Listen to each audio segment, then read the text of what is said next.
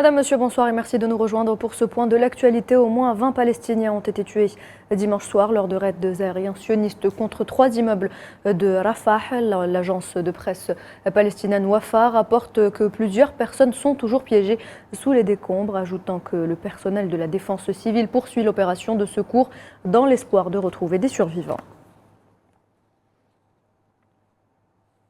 Le bilan de l'agression sioniste ne cesse de s'alourdir. Selon les derniers chiffres du ministère palestinien de la Santé, 34 488 Palestiniens ont été tués et 77 643 autres ont été blessés depuis le début du génocide le 7 octobre dernier. Notez également qu'au moins 34 martyrs supplémentaires et 68 blessés ont été recensés durant les dernières 24 heures.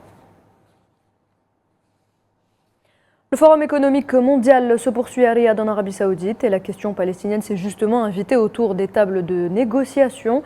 Les ministres arabes des Affaires étrangères annoncent d'ailleurs avoir bon espoir quant à un cessez-le-feu à Gaza. Dans l'actualité également, le président algérien Abdelmadjid Tebboune a reçu aujourd'hui à Alger l'ambassadeur du Portugal, Luis Albuquerque Veloso, qui lui a rendu une visite d'adieu au terme de sa mission en Algérie. L'audience s'est déroulée en présence du secrétaire général de la présidence algérienne, Abdallah Moundi.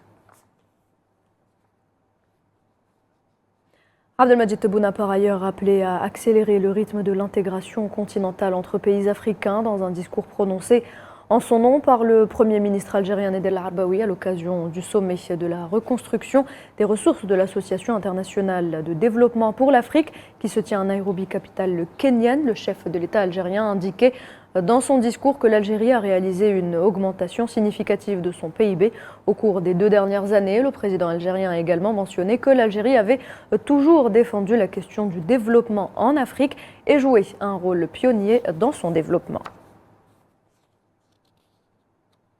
La fédération de football sahraoui a salué la position de l'USM Alger de se retirer du match face au RC Berkane et de saisir le tribunal international du sport. La FSF a en effet mis en exergue dans un communiqué la prise de position courageuse du club algérien qui exprime ainsi son refus que les règles internationales de la FIFA soient foulées aux pieds par l'occupant marocain. Au Kenya, au moins 45 personnes sont mortes selon un bilan provisoire dans le centre du pays après qu'un barrage naturel est cédé sous l'effet des pluies diluviennes qui s'abattent sur le pays depuis plusieurs semaines. Cette tragédie porte à plus de 120 morts, le bilan d'une saison des pluies particulièrement meurtrière dans le pays où le phénomène climatique El Niño amplifie les précipitations. Le ministre de l'Intérieur kényan a déclaré que le gouvernement avait ordonné aux autorités locales d'inspecter tous les barrages et réservoirs d'eau publics et privés dans leur juridiction dans les 24 heures. En Afrique, toujours, les autorités burkinabées ont pris ce lundi la décision de suspendre les activités de 7 médias internationaux présents dans le pays. Je cite, pour des raisons de sécurité.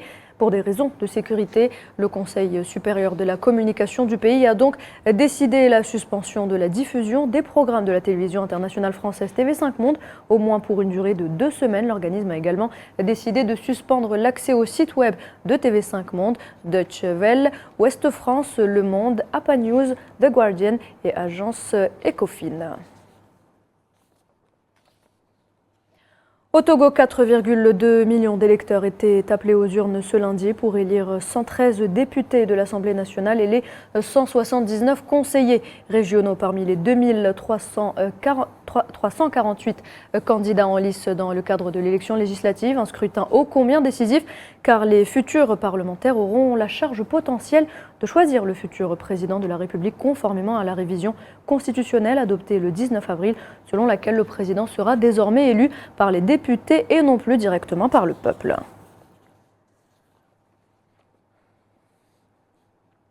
Et voilà, c'est la fin de ce point de l'actualité. Merci de l'avoir suivi. Je vous retrouve à 19 h pour le journal de la rédaction.